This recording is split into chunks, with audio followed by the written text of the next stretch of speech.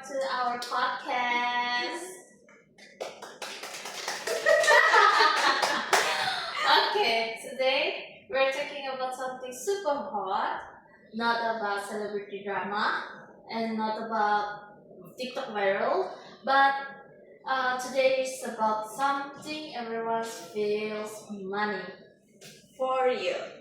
But have you guys noticed lately, when we go to Mama, they tarik already 3 ringgit. When we want to pump petrol, I feel like crying looking at the meter. What actually happening? Hey, Iska, don't even talk. I see Ringgit going up and down like a roller coaster headache already. So today we want to discuss about what actually happened to Malaysia economy after COVID. So guys, let's get into it. Okay, before we go too deep, let's set the stage. Our topic is about Malaysian economic challenges during post-COVID global uncertainty. So we want to discuss it like a chill discussion. Exactly. So this podcast is about our country, Malaysia, which is a small open economy country, meaning we depend a lot on trade with other countries. So we got hit by everything happening around the world. Like people say, if China sneezes, Malaysia catches a cold. But this time, it's not a normal cold. This is like high level deadly. Each is that. But true though, so in this podcast we will cover about what happened to Malaysia economy after COVID, why did prices go up, why did ringgit drop, what did the government do, and most importantly, what does it have to do with our life as student and ordinary Malaysian. Okay, let's flashback. Who still remember on 18 March 2020? Oh, that day. I remember the first day MCO. I remember panic buying and also queue at the supermarket. Like we celebrating festival and year festival. Sad man. Suddenly, everyone had to stay at home, business closed, people got retrenched, students had online classes, very stressed. Yes, it recorded that Malaysia GDP dropped by 5.5% in 2020. That's the worst since the Asian financial crisis in 1998. Imagine, our economy shrank like clothes washed with a wrong setting. So the government panicked a bit. At the same time, they launched all kinds of packages like Prihatin, Bencana, Pemulih. Total 530 billion ringgit. Is that a lot? It's a lot, bro. Packages is for what? It's the people's money lah. They had more moratorium, so bank let us delay loan payments.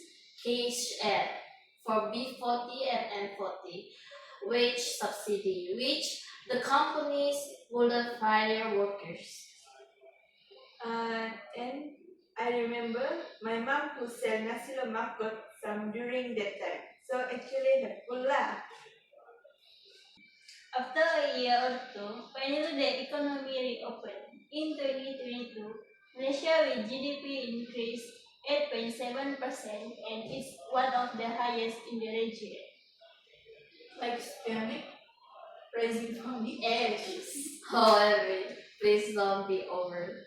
But true, in 2022 looks bright, but there's Sabah.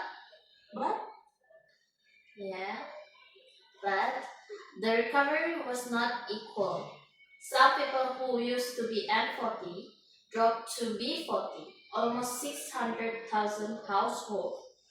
Imagine you actually at the comfort zone, then suddenly you struggle. Right? I have a friend. Both parents got retrenched during MCO and now they are saying bago on the side. Very tough. So the GDP goes up, but not everyone feels it. The gap between rich and poor gets bigger. The Gini coefficient, the measure of inequality, went a bit up. Basically, rich get richer and poor get more skills. Yeah. Okay, now entering the international chapter. Why is Malaysia struggling? Because we also need to know about this. True. We are an open economy and dependent on export, on import and foreign investment. Oh, like I depend on grapefruit. Just kidding. Okay, seriously, the main challenges is global inflation. After COVID, all countries reopened, demand high, but supply messed up. Ship delay, goods arriving, all prices, food prices went up worldwide. So, Malaysia imports goods. The price of goods coming is already expensive. And selling here is more expensive because we have import inflation. And the US raised interest rate. The America wanted to fight inflation, so the Fed, the Federal Bank, raised interest rate. When the Fed raised rates, investors pull money from countries like Malaysia and move to US because they can get the higher return. So money flows out and ringgit drop. Exactly. Ringgit dropped against USD. In 2022, ringgit fell 9.2% in just a few months. When ringgit falls, imported goods become expensive.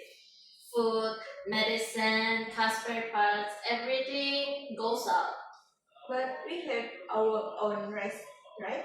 We do, but not enough. We still import rice and Malaysia affected as well.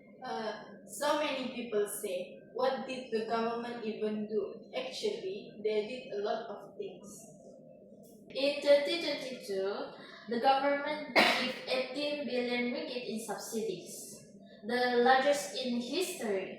Fuel, electricity, flour, and also gas, all subsidized, so price wouldn't go up. But we know, right? Subsidy a double-edged sword. Hard to target properly. Rich people also use subsidized fuel. True. So now they are trying to rationalize, meaning that gradually reduce subsidies and make them more targeted. Bank Negara is our central bank. Raise the OPR, which is overnight policy rate, from 1.75% to 3%. The purpose? Yeah, the purpose is to fight inflation. When OPR goes up, loans become expensive. People spend less, demand becomes low, so the price wouldn't spike. But I feel those of us with car loans, housing loans, we suffer more. Monthly payment get higher. That's the trade-off, lah. So when we choose either high inflation or high loan payments, actually both not good.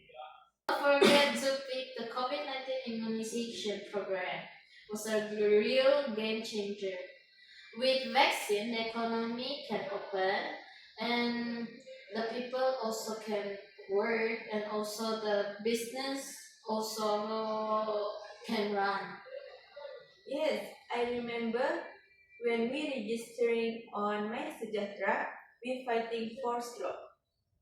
The best part is when fully vaccinated, we could travel even if it was just to Malacca.